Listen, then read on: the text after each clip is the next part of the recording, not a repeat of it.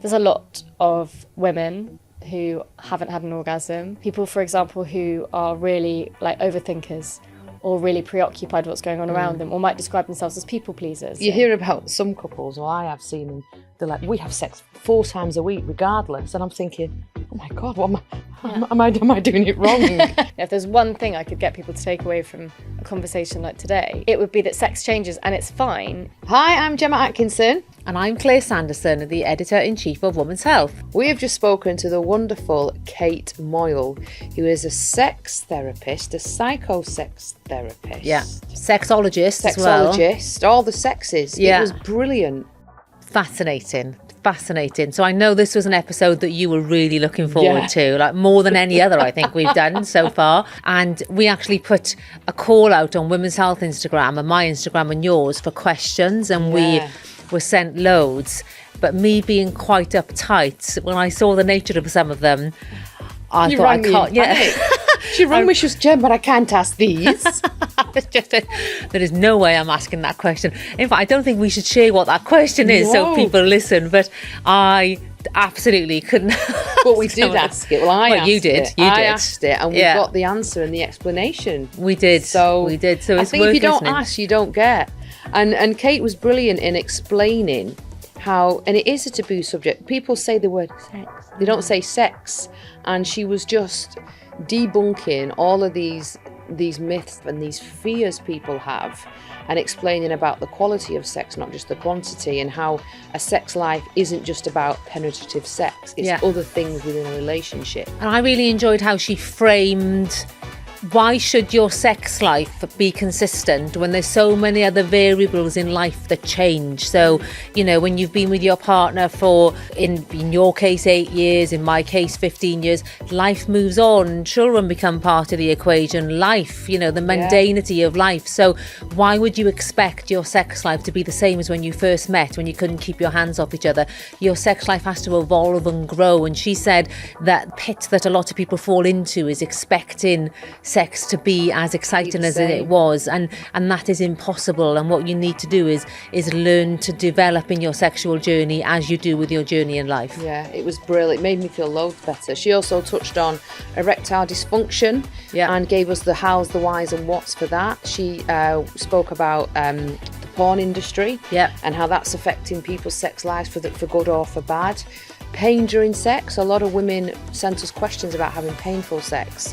So she gave us her advice and again reasons for that. Yeah. And it was a term, vaginism or something. I can't even pronounce. Something I'd not heard of. Yeah, but it's when the vagina walls spasm and make sex, if not impossible, extremely painful. Yeah. So and it's very common. A lot of women have it. So yeah, hopefully, well, I know this episode will be for so many people, men and women. Yeah. I think the guys will like this one as well. Yeah. Enjoy our chat with Kate, the sex expert, just as well.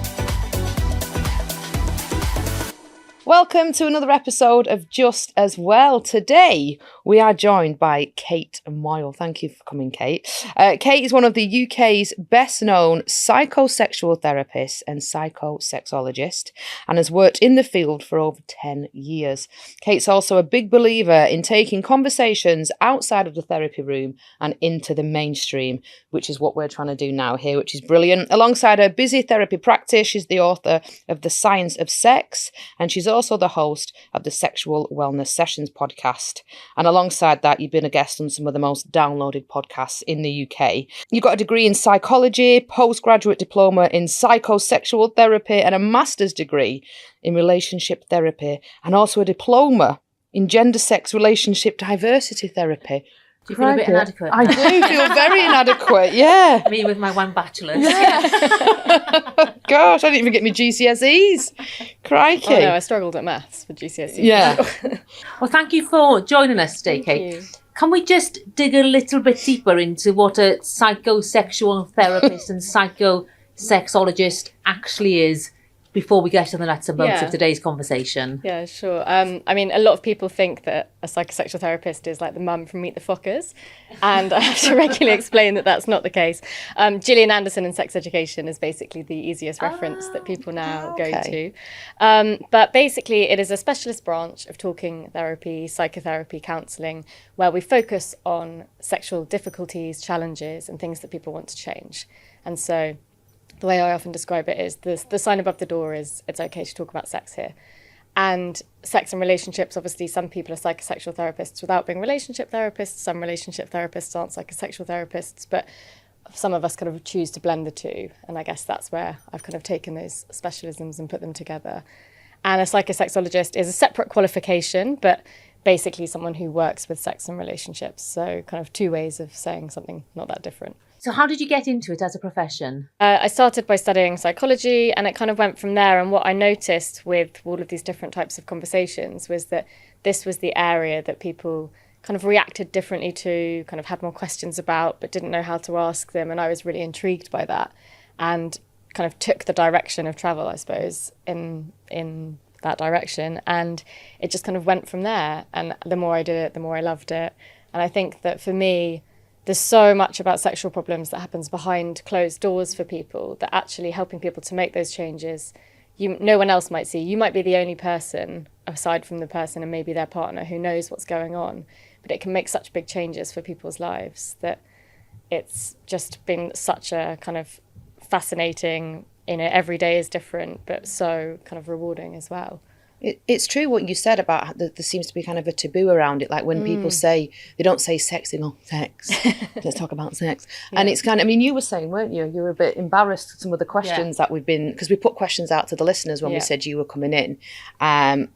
Because it is a conversation. It shouldn't be. I mean, I remember, I was an 80s child, but growing up watching TLC. And when Lisa Left Eye Lopez wore a condom in her glasses, to advocate safe sex, you must, be safe in sex. She got ridiculed for it. And it was like, no, don't watch that. It's awful. Get rid of them.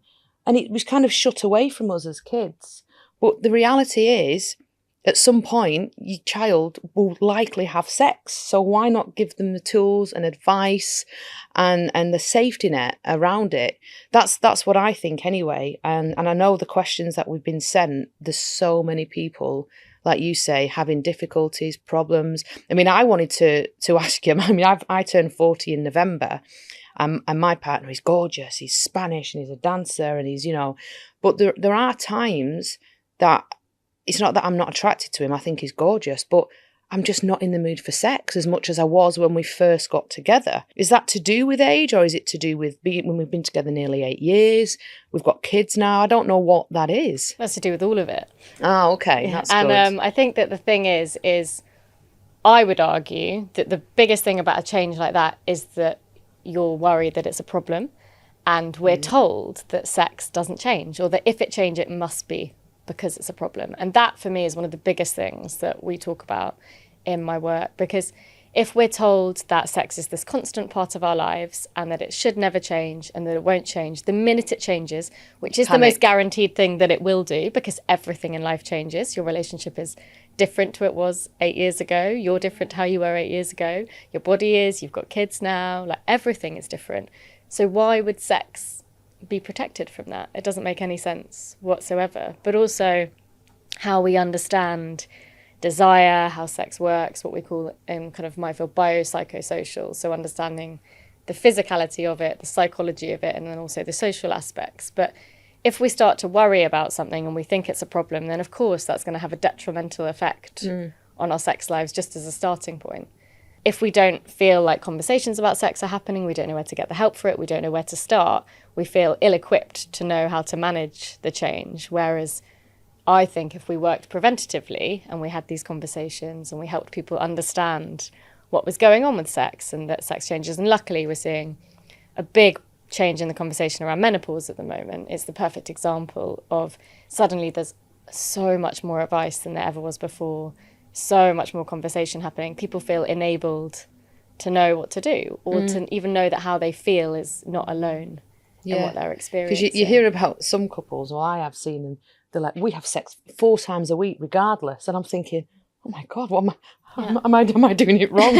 Because when we do, it's amazing. And we always say, blooming heck, it's like so lovely and it's the best. But it's just not as often now because of life.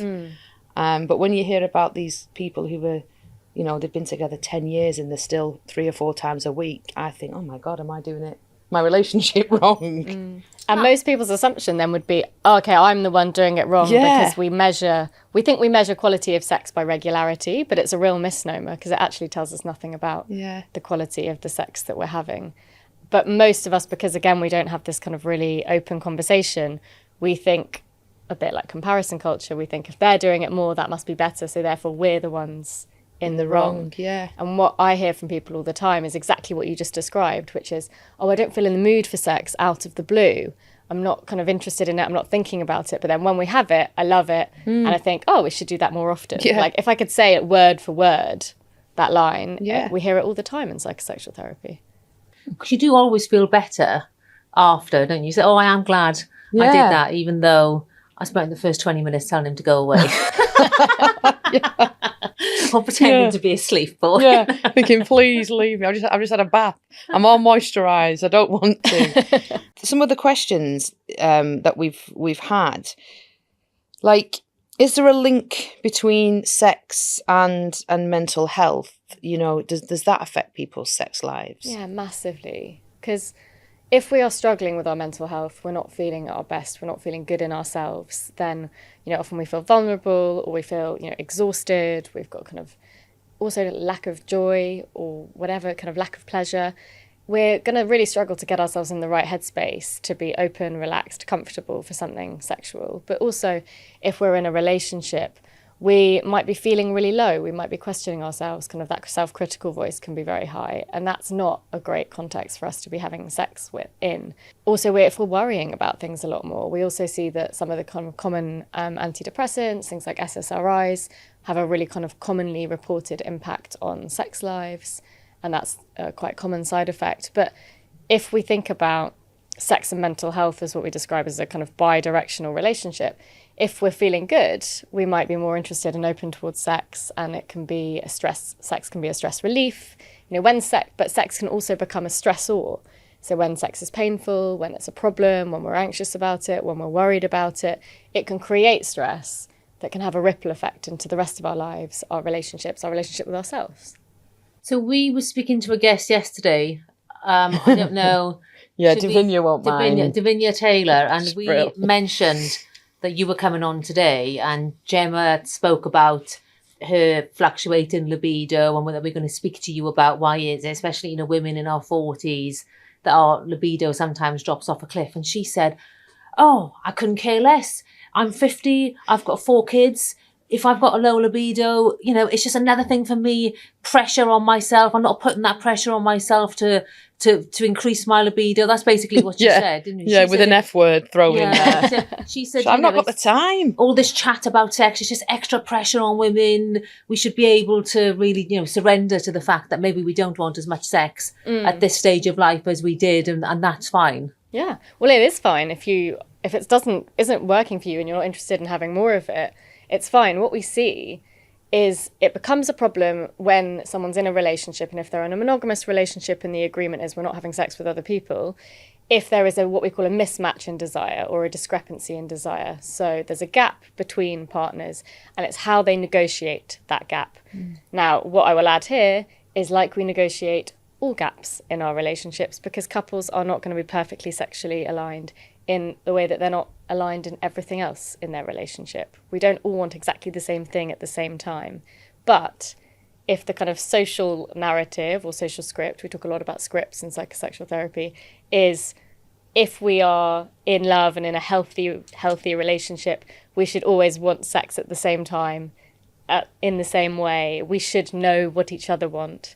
Then we fear that that's a problem. But actually, it's the same as any other relationship factor. And sex changes. That has to be, you know, if there's one thing I could get people to take away from a conversation like today, it would be that sex changes, and it's fine if you adapt, if you work with it. Like I said, your relationship is different. If you're in your 50s, how you feel about yourself is different to how you felt in your 20s. You know, a lot of people actually are reporting better sex, more satisfying sex when they're older. They know their bodies more, they feel more confident in themselves, their careers are in great places, they know themselves better, they might know their partner better if they've been in a long-term relationship with them, they have an understanding of themselves. And less sex or less regular sex doesn't necessarily mean worse sex. It's just that we are so obsessed with objectively measuring sex when it's a completely subjective experience. So when do you think someone should access help? At what point is there a problem? Is it hard to answer that question because it's different for everyone? Yeah, it's different for everyone, but it's when it becomes a problem for you, really is, it's probably sounds like quite a therapy answer, but help isn't a psychosexual therapist. Help is starting to explore what sexual well-being looks like for you. It's listening to podcasts about sex. It's picking up a book, a TED Talk. Now we have some brilliant, really kind of well-educated, like research-backed sex experts talking about this stuff. And that is a first step, because a lot of people fear that if I have to take that step, it means I have a problem. And again, this is where a lot of this comes from. If I have to talk about it, if I have to ask about it, if I have to read about it, I must have a problem, rather than, I'm interested in seeing what I could do differently in this part of my life, or what I could change, or what would work better for me. And again, it comes back to that, once we've got this idea of sex, it should never change. And I think we fear that quite a lot. It makes a lot of people really anxious, and they feel like they're the only ones doing it. But yet we know that there's a huge gap in how often people are talking about sexual problems to how often people are actually experiencing them. I think as well, something changes for me, switched with age, in that when I was in my early 20s, the relationships I had then it wasn't like they were just based around sex only, but there was not a lot of common ground elsewhere. So you were like, 22, they're coming round, let's have sex. Oh, we're going out for drinks, let's have sex when we come on. It was that kind of thing. Whereas with my fella now, it could be sat together watching a show, just cuddled up on the couch, or holding hands when we go to the Trafford Centre, or little things like that. For me, still round up to a healthy relationship, not just, you're not having sex 4 times a week, so it's not working. And again, I don't know if that's with the partner or my age or what, but I like that kind of things as well. Not just, he's home, let's go and have sex. It's like, let's sit, how was your trip, how was this? I like that kind of communication as well. Yeah, it's what we call sexual currency. Oh, okay. So sexual currency is everything you do with a partner which isn't the kind of act of having sex, but positively contributes to your sexual relationship, because your sex life is so much more than just when you have sex or the act of having sex. And we'll kind of get onto this, I'm sure, but there's also something in that, which is that we only define sex by like what body parts go in what places, whereas actually if you ask people, they would say, my sex life is, many different things. It's not just this one act. So sexual currency is a good way of thinking about it, is it's a thing you'd only do with your partner. You wouldn't do it with your auntie. So it's a specific kind of couple or partnered experience. And it's all of those things. It's flirting, it's touching, it's reaching out for each other, it's attention, it's eye contact, it's, a cheeky squeeze as you walk past each other, it's a text saying, can't wait to see you later. It's all of those moments that keep those bridges between you going, even at the times that you're not having sex. And we know that there are times when people aren't having sex, like they've just had a baby, or they're struggling with sexual pain, they're having cancer treatment, they've got some kind of sexual kind of pain condition going on, they physically, they're struggling with an illness or an injury. And we know that couples don't have to lose their sex lives or their sense of sexual connection at those moments, but just because they're not having sex. But the sexual currency you just described are probably what you need to work harder to maintain in a long-term relationship. Absolutely. Because I've been married 15 years, 2 kids, teenager, 9-year-old. Sometimes we feel like housemates, and we are ships that pass in the night, because we both have very full-on, full-time jobs, and managing the chaos that is a teenage boy and a girl who's almost 10, and the various commitments. Weeks can go by and I genuinely feel we've not even had a proper conversation. Yeah. let alone sent a flirtatious text. I can't remember the last time I got a flirtatious text. Where it's mostly, did you do that? Like if you look at couples kind of WhatsApp chats, it's like, did you do this? Can you get milk? Yeah. Did you sign that school form? Yeah. And that's all really desexualizing. Yes. That kind of domesticity is what Esther Perel talks about as nurturing the erotic. There's not much about kind of parenting that's erotic or that kind of home life at all. And we lose that version of ourselves at the start, and you have to then kind of inject it back in or work for it. But undivided attention, you know, putting your phones down, having those moments with each other is a really good place to start. But again, you know, so many of us at the moment are in our primary relationships with our phones, with our smartphones, and it is admin based when we see each other. You know, I'm not in a dissimilar situation, like 2 kids, it's, you know, 2 people who are working, you know, we have to really intentionally do something about it. But in a funny way, when we're so busy, we then have to think, oh, I need to do that intentionally. So again, it just feels like there are so many barriers that we have to work with. Running is booming, and the Runner's World UK podcast is the authority for inspiring, trustworthy running advice. So if you're planning on running a marathon or you're just doing it for fun, check out the Runner's World UK podcast, available every Tuesday. I wanted to touch on, you mentioned it briefly, pain during sex. We had a question sent in. What's going on if sex seems to hurt me in most positions? It feels like winding hitting the top. Yeah. So that's what a listener sent in. There are so many reasons that sex can be painful. One of the things that is really important to say is painful sex for women has been really normalised, and a lot of us have been taught to accept that sex might be painful at times. Sex should not be painful. Just because painful sex is common doesn't mean it's normal. If you are experiencing, now there are different ways, so some people might experience kind of pain around the entrance to the vagina, so that might be due to kind of vaginal dryness, or penetration might feel kind of painful if it's due to vaginal dryness. So common times we see that are breastfeeding, postnatally, when we see estrogen dips, menopause, but there are lots of other reasons that people might be experiencing that.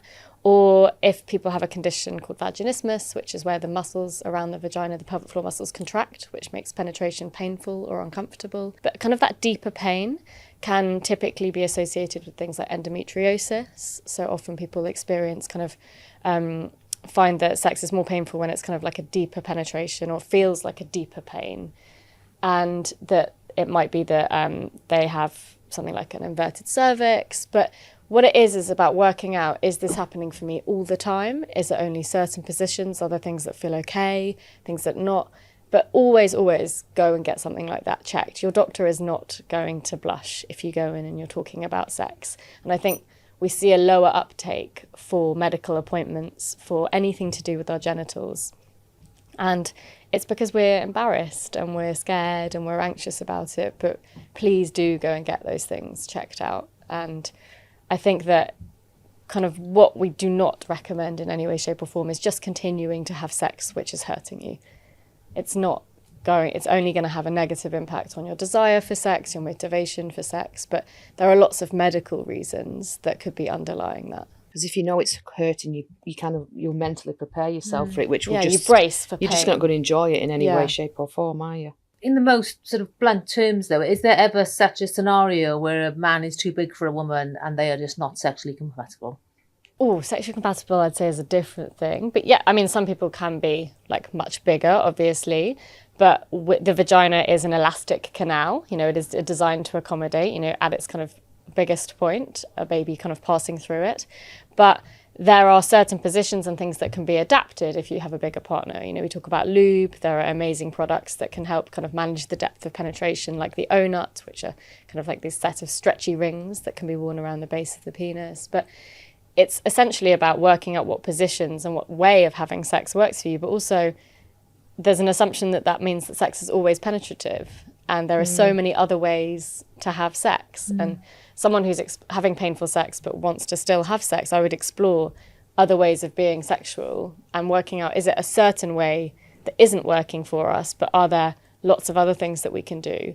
But I guess for me, and we're talking about pain, we're thinking about, is it provoked, which is kind of on touch? Is it unprovoked, which is all the time? Does it happen at other times? Is there links to other symptoms? As Gemma said, can it also be a little bit psychosomatic as well, that you work yourself up, so it's obviously it becomes sort of self-fulfilling prophecy. This is going to hurt because I think it's going to hurt, and then you get in this vicious cycle. Absolutely. We see cycles of pain a lot when it comes to sex, and that's where the condition vaginismus often comes from. Is we don't know what, the source of the anxiety, maybe something as historical as I was told in the playground when I was 13 that the first time you have sex, it's going to be agony and I'm going to bleed everywhere. I can't tell you how many times I hear stories like that from people. Period anxiety about how our vulva looks, fears about being close to someone. There's so much sexual trauma that can kind of be at the bottom of that. But essentially the cycle is, if I'm anticipating pain, so I kind of have sex coded as something that will hurt me, then I'm going to brace, my muscles are going to tighten, that's the defense mechanism for that. And then the act of penetrative sex is going to be more painful because you're pushing on something that essentially is kind of tightened or closed. But bracing is a natural defense response to the kind of anticipation of pain. You mentioned then how it looks, and I think that's massively important because, they're all different. And I always think it's the same with men as well. Men just think, oh, it's a penis. They all look the same. I don't think they do. We were joking yesterday, weren't we? That do you find in clinic, and it might sound bad, but a lot of men, they're not bothered either way. They're just happy to be having sex, because I was telling Claire I had norovirus months and months back, and Gorka saw me literally vomiting. I mean, it was both ends. I was in such a mess. 2 days later, he was up for having sex with me, and I said to him, like, I don't feel great. You've seen me literally hanging but he was still up for having sex. And I've spoke to some of my girlfriends, and they've said there's never been a time where, if they've initiated it, their male partner has said no, regardless of what they're doing, they'll drop what they're doing and have sex. Whereas if it's the other way around and the male initiates it, sometimes the woman goes, oh, no, not tonight. Or is that something you find? Is that to do with the different sexes? Yeah, so what we're talking about here is desire and differences in desire. So there are lots of reasons. We might hear terms like libido, sex drive, but desire is basically, we separate desire and arousal. So desire is the process of kind of psychologically being interested, motivated, open towards a sexual experience. Arousal, the body's physical process of preparing for sex. And they often happen together or kind of at similar times. Now, we typically have seen that this is a really common kind of experience, but also it's a social script. There are so many social scripts around men initiating sex and women responding, that men should always be up for sex, a lot that we all kind of feed into.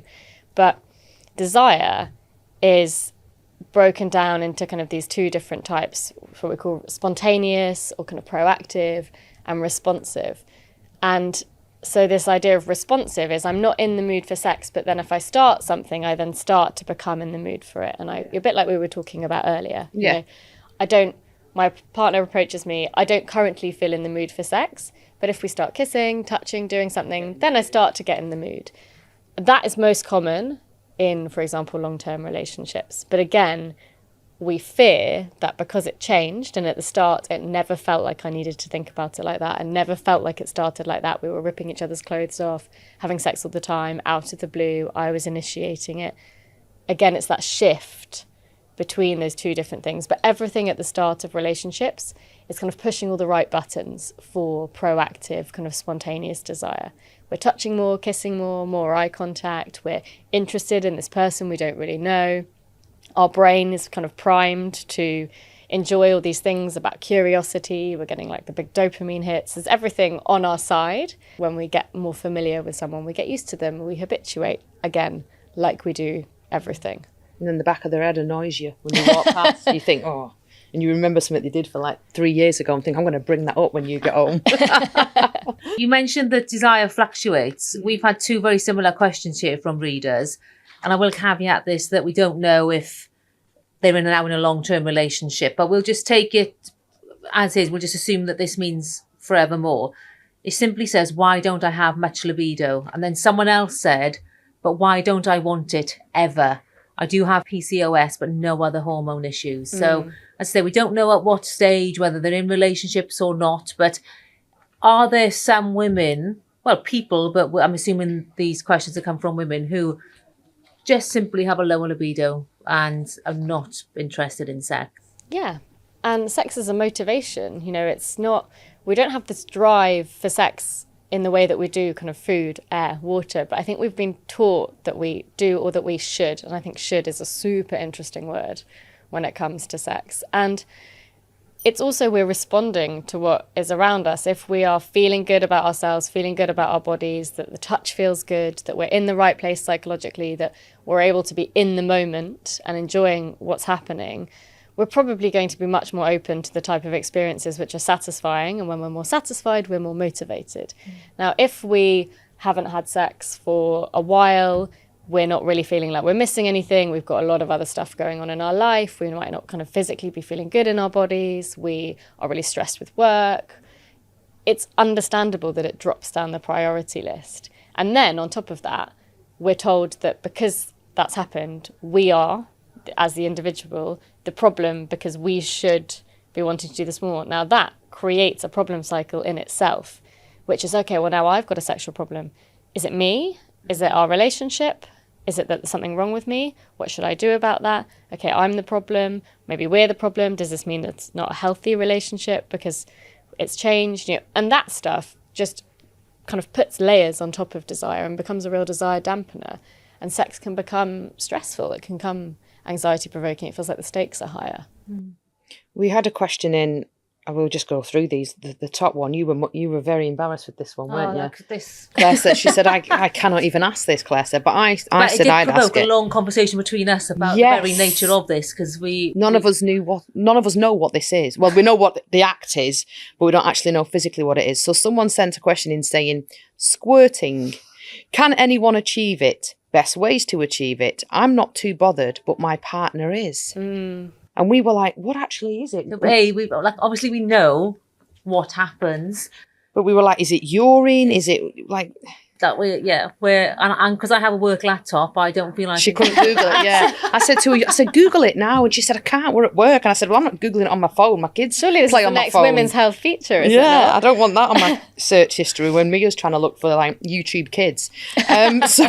So what is it and can anyone achieve it? Yeah, so we actually don't have any specific research on what it is, why it happens. And what we think is that basically it's the expulsion of fluid from the urethra, which is probably a mix of something kind of a fluid from a place called the Skene's glands and maybe some urine. It's not peeing.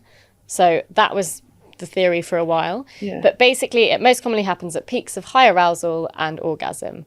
Now, it has become kind of really holy grailed in a way of people being like, oh my God, if that happens, then it means it's really good. For some people, it is a real indicator that they've had a good time. For a lot of people, it will never happen. It doesn't mean anything more than you had a great time. It might feel really satisfying for the people that are having it, but it isn't a kind of unicorn to be hunted and a thing to kind of put pressure on. Now, most people experience it when they're having a particular kind of type of pleasure, which is G-spot stimulation. So the G-spot, rather than being an anatomical structure, is a highly sensitive zone on the inside kind of front wall of the vagina, which is why a lot of sex toys might have that kind of slightly curved shape. And it's a part of the clitoral network. And most people, and again, this is anecdotal or kind of reported, experience squirting when they're having kind of intense pleasure through that area being stimulated. But as to kind of exactly what's going on, we have no specifics of it, but that's the best information that we have at the moment. So it's not like something someone can do on demand? No, it's right, an involuntary kind of response. But some people, if they get to a particular point, they might know that it's going to happen for them, or it can be a part of their sex life. But one of the things that we know with orgasm, and you know, a lot of women I work with, for example, are women who struggle to orgasm or haven't reached orgasm or don't know how to, is that the more pressure we put on it, the harder it becomes. It's a kind of ironic cycle of the more I focus on it, the more I try and get it, actually the least likely it is to happen, because that provides an anxiety, a goal, a distraction. And so we actually try and take pressure, kind of an expectation off, in order to kind of get people to a more relaxed, comfortable place. That was the next question. Someone said, I've never orgasmed, and they've said, what's wrong with me? Bless them. Nothing wrong with them. No, it's quite sad, bless them. Yeah, and words like wrong, broken, you know, I can't tell you how often I hear the word broken in my clinic, failure, are a lot of the words that we hear when people are describing struggling with sex. And, again, if there's anything I can kind of get people to take away from today, it's you are not. Like, a lot of us are working in a kind of not perfect sexual culture. We haven't been given the tools like we have everything else in life. Most of us haven't had the education around this. And we're not taught to explore our bodies and to kind of get to know them. And that conversation has shifted a lot. The fact we're having this conversation today is a real indicator of that. But so many of us don't feel like we've been kind of well set up to know how to manage this part of our lives. There's a lot of women who haven't had an orgasm. It's a combination of what we call good conditions. So the right type of physical stimulation, psychologically being aroused, being turned on, being comfortable, being relaxed, and being in the moment. So the ability to kind of give ourselves permission to let it happen, to let go. Again, a phrase that we hear a lot. And it's the kind of perfect triangle of those things. A colleague of mine called Dr. Karen Gurney kind of talks about that a lot. But also something that we see, again, in clinic anecdotally is people, for example, who are really like overthinkers or really preoccupied with what's going on around them, or might describe themselves as people pleasers, find it difficult to focus on their own pleasure, their own experience. They're preoccupied with other aspects of sex or what's going on for their partner, and it means it's harder for them to tune into themselves. And can someone learn how to do that? Yeah. How to let go? Yeah, absolutely. And I think that, again, with something like orgasm, it can be quite a learned response. If we work out how to do it, how it feels good for us, to feel comfortable enough, then we're able to replicate that. And that's where often psychosexual therapists might see people who describe orgasm being something that happens situationally. So I can do it on my own, but I can't do it with a partner. I can't do it when someone else is there. And that's about kind of bridging the gap between those two things. How do I psychologically learn to let go? Because my body hasn't changed. It's just in a situation with someone else. So my perception of the situation is that it's different, that I'm more nervous, more preoccupied, or I can't tell them how to touch me, or I don't feel like I can do it the same way when I'm on my own. And so often we kind of help people kind of translate one to the other. Because you often hear women and maybe men describe their long-term partners that they struggle to see them as sexual beings because they see them as the mum or dad to their children. Yeah. And they might have been rampant when they first met, but their relationship has evolved to such an extent that they struggle. They still have sex, but they struggle to see them as a sexual being or someone they can be turned on by. Well, I think it all gets lost in the domesticity, doesn't it? And there's, that's so well documented. We see so many experts talking about this, and that's where we have to kind of work to what I talk, kind of give each other intentional attention. We have to kind of keep that bit alive. And it might feel different, and it might be that our sex life is in a different phase, a different stage. And that's as much as a problem as we want to make it. It doesn't have to be problematic.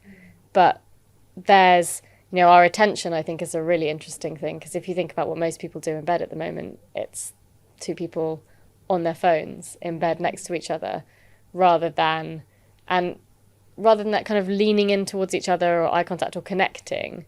A lot of us are ironically kind of connected with everybody else more. And so our kind of culture around this has really changed, but the way that we relate has also changed as well. And so we're battling against a lot of stuff in our sex lives at the moment. It's quite frightening, actually, isn't it, when you think of it that way, how you're two people in a room, but one of you could be doing work on the laptop, one's watching telly, one's with the, it's the same for so many couples. We've had 2 questions about erectile dysfunction. One lady's asked how can she overcome it for her partner, and another lady said they're trying to conceive but her partner can't perform, and she's 37, so she said every month matters. What can they do with erectile dysfunction? Yeah, it's a really common experience, again, not commonly discussed, but when sex becomes a pressure point or an anxiety, that we can start to struggle with, at one, the distraction, kind of preoccupation, less experiences of pleasure, but kind of at one end of the scale, and at the other end of the scale, impacts on sexual functioning. So when we're talking about erectile dysfunction, it might be, or unreliable erections, if it doesn't fit the kind of clinical guidelines, is that It's people struggling to kind of get erections, or they're unable to maintain erections. And when we're kind of trying to conceive, it's a really good example because sex comes quite timed around windows of ovulation. We used to have sex for fun. Now we have sex for function. It's not really about the sex we're having. It's about the goal we want to get to. And if we are struggling with that and it's creating a sense of pressure, it's much more obvious in people with penises and men because an erection is external. And so if you're struggling with it, it becomes very obvious and it can feel like all of the pressure is around that. So being kind of supportive, trying to take the pressure off, I would say like having sex at other times of the month, not just focusing around the window of ovulation. And also one of the things that I talk to about couples when they're struggling with this is about approaching each other, you know, that boost of sexual currency at other times during the month, because all of your contact can become centralized around the ovulation window. And then it can become very pressured. You can feel a lot of expectation. But again, like there are lots of resources. So Mojo is a really great platform that helps men with psychological erectile dysfunction. One of the things with erectile dysfunction is that if it suddenly changes, your partner is waking up suddenly with no erections and they've always been really consistent, that's a time to go to your GP, because that can be an indicator that other things are going on. And nocturnal erections are unconscious. There's no kind of psychological kind of processing going on. So most men are waking up with erections, not because they've just had really horny dreams, but because it's a process that their body's gone through that declines naturally with aging and kind of slows down a bit. They're not as strong or as regular. But if there is a sudden change, and then it's something to go to your GP to see. But could it be to do with, for one of the ladies who said her partner's got no sex drive, could it be to do with testosterone levels? Does that play a part? Yeah, absolutely. Conditions like diabetes as well, because it's to do with circulation and sensation. It can be to do with testosterone levels and any kind of physical changes for men. If you are really worried about it, a testosterone check is a simple blood test done in the morning when testosterone peaks. It's something that your GP can do. There are medications, so things like PDE5 inhibitors, so known as kind of Cialis, Viagra. But what's important is when we take those medications is we know that they're not an aphrodisiac. So you don't take them and they turn you on. You still have to kind of create the sexual arousal for them to work. But in these kind of instances, it's a bit like we were talking about earlier about sexual pain. You know, if you're bracing for it because you think it's going to hurt, if you're bracing for it because you're worried you're going to fail or you're not going to get an erection, you're going to be really anxious, really preoccupied, not able to focus on the sensations that you're experiencing in your body that make you feel good, that maintain your erections, that increase your arousal, because your mind is going at 1,000,000 miles an hour and you're anxious. So you're going to be kind of prioritizing that. And so it's really easy for it to become a cycle. Because I never thought of it like what you just said. For the man, it is more pressure because we can fake an orgasm if we want to. Like men can't, can they? Because it's there. You can physically see if it's happened or not. I never thought about that, them having more pressure than women. That's really interesting. And it's the ultimate sign of masculinity. So they feel that their masculinity is being questioned if they can't get an erection, I would imagine. It's a really common, people who are reporting erectile dysfunction, like anything, there's a massive psychological impact of it. And the more that psychological impact, the worse the problem typically becomes, because you get caught in these cycles of anxiety. And like we were saying about kind of sex being coded in your brain then as something that is about pain, if it's something that makes you anxious or you're kind of not scared of, but fearful of, or fear of failing, makes you feel bad, you don't approach it in the way that you used to approach sex, which was because I want to be close to my partner, because I think they look hot, because I'm in the mood for an orgasm, because all of those whys change, and it can happen very quickly when it's related to fear, anxiety, stress. We've got one question from the female perspective of erectile dysfunction. She's asked, how can she get over feelings of self-doubt and frustration when her husband has erectile dysfunction? Because you'd take it personally, wouldn't you? If your partner... Well, I would anyway, even though it's probably nothing to do with me. Yeah, it's really common, again, because also the kind of Hollywood narrative is, oh, he's just not that into you, or he's not attracted to you, and I can't tell you how often I hear that and how often it's just not the case. Yeah. But again, it's also about this kind of gap that's happening between us. How do I explain to my partner, we've been having sex for 5 years and suddenly I feel really anxious about it and I can't get an erection, but nothing has changed. And often stresses from outside sex can leak into our sex lives. You know, I didn't get a promotion at work and I'm feeling really low about it. I'm really distracted and my partner starts initiating sex and I'm kind of somewhere else psychologically and I'm not getting as hard as I want. And then I'm noticing that and then I'm panicking about it. You know, it's these things, you know, my phone's on my bedside table and I'm working to a deadline. I can hear it going. It's pulling my attention elsewhere. There are lots of things going on that can impact it. But how we deal with it as partners, it's really important for us to try and kind of not take it super personally, try to make it not such a big deal, but you have to learn how to talk about it. And that is the hardest thing for couples to do, because we're not socialised to think that these are conversations that we're having. But an example that I often give is if you broke your leg, you would have the psychological impact about it. You would have to say to your partner, can you help me do this? Like, shall we try something different? I can't drive. How are we going to get there? You're frustrated. You are in pain. You might have to take a medication you haven't taken before.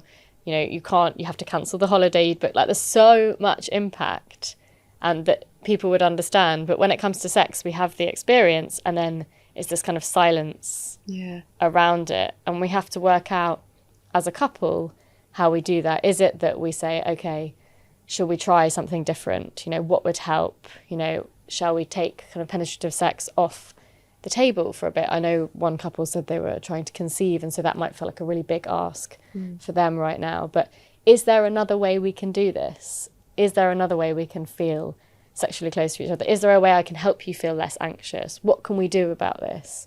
And again, seeking advice on that sometimes is a really useful thing to do, because it typically, in the majority of cases, particularly in younger men, is a psychological difficulty rather than a physical one. It'd probably save loads of relationships as well, just having that initial chat, because I would imagine, like, if I was with someone who did have erectile dysfunction, or, you know, I didn't want sex all the time and he did, if we didn't communicate about that, you get one bit of attention from someone who doesn't have erectile dysfunction, and so you perceive that as, well, he finds me attractive, I'll go with him.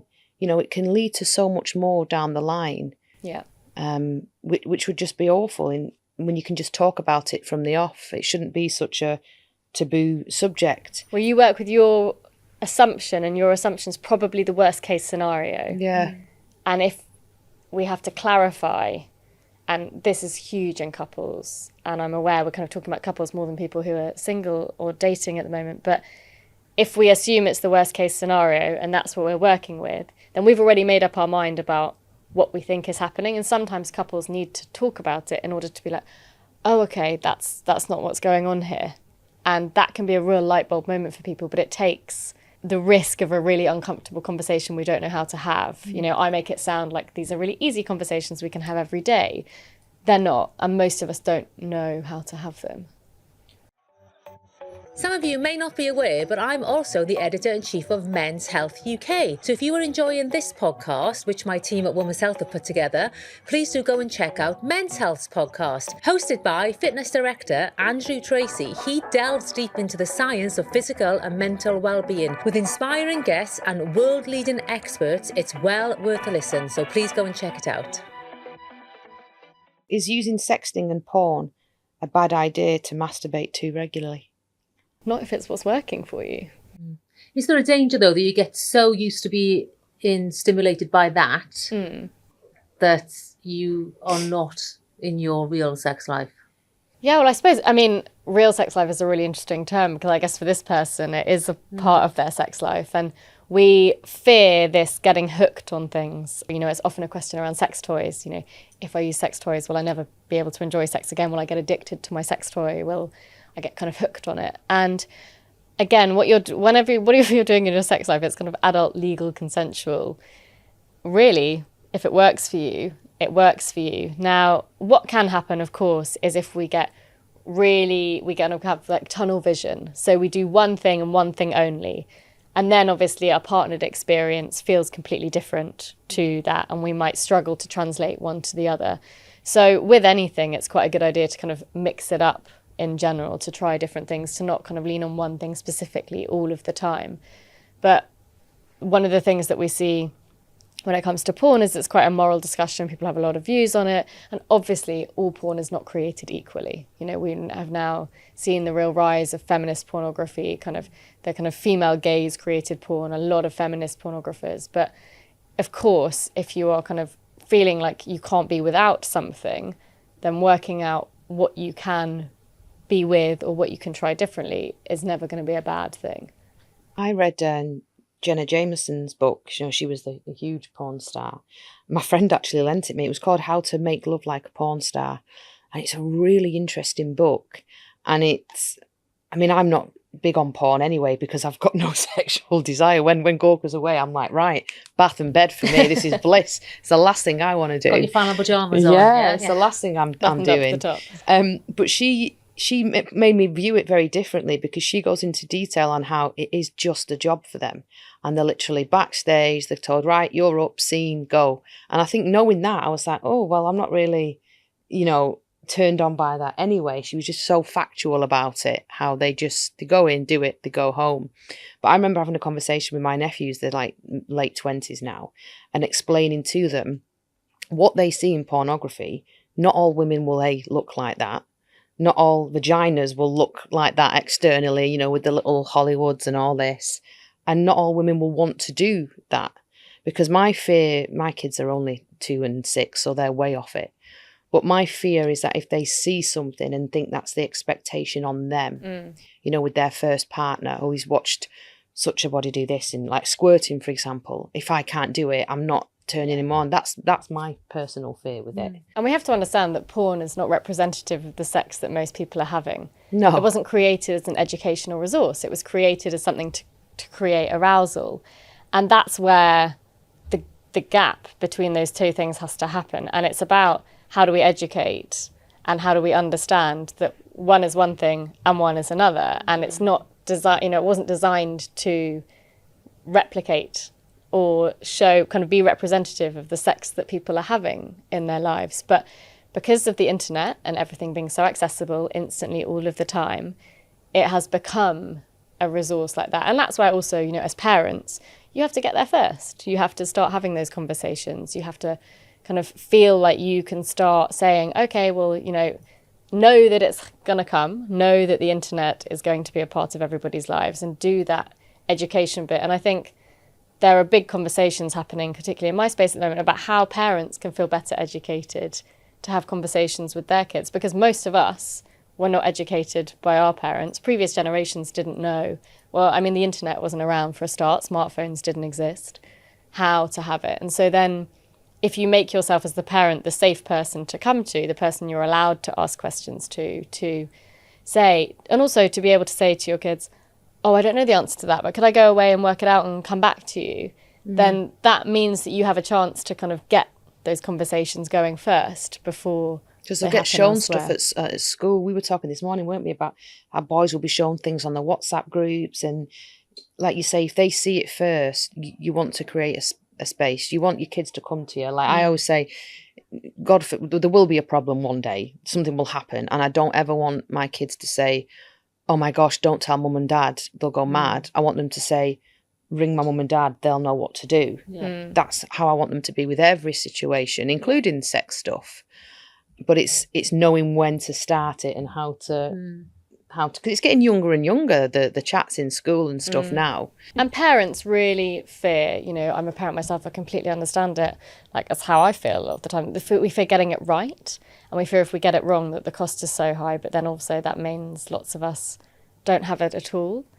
And there's, this real fear that if we start talking about it, that it sexualizes children earlier. Actually, the evidence is the opposite. And it's about age-appropriate conversations. It's about, you're not trying to tell young kids everything about everything. It's just, oh, this is the correct name for this body part. Or how do you feel about that? If somebody touches you and you don't like it, you say no. It's those kind of things that you drip feed gradually. And it's hundreds of tiny conversations. It's not just one big birds and the bees conversation. Well, I think we're coming to the end of our time. But if there was one message you could say to the population about sex, or the most common message that you deliver in your in your clinic, what would it be? I think it's the knowledge that sex changes and that doesn't have to be a problem, and that sex can be this part of our lives that we adapt in whatever way we need to, whether that's introducing something that we need help with, like a lubricant, whether it's, do you know what, I really used to like that, but actually it's not working for me so much anymore. It's about learning how to talk to our partners about it. It's about thinking what used to work for you is no longer working for you, and that's not okay. And I think the other side of that for me is sex education across the lifetime, is that just because you didn't get the sex education you wanted, or you didn't feel well set up for this part of your life, doesn't mean that you can't go and get it at any point. Well, thank you so much. That. I really have, and I've learnt a lot. And Claire was terrified. Yes.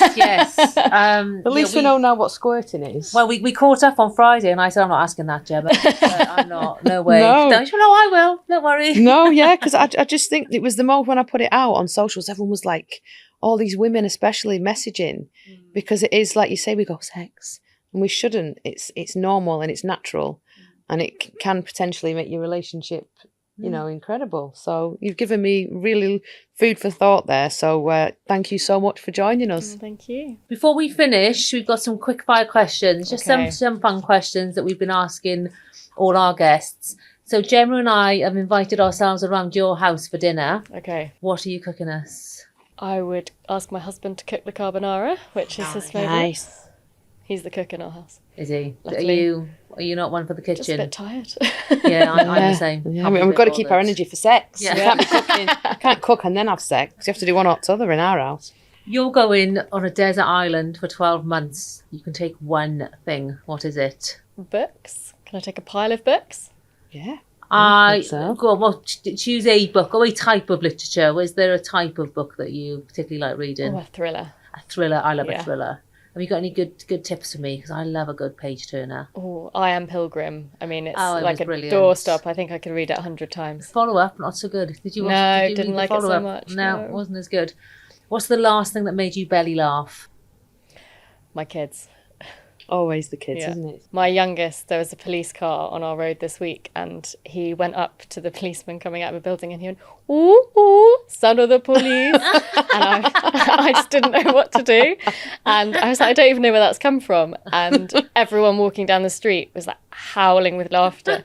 So that. Coffee and wine for the rest of your life. You have to give up one and choose one. What That's an would it impossible ask. I can't do that.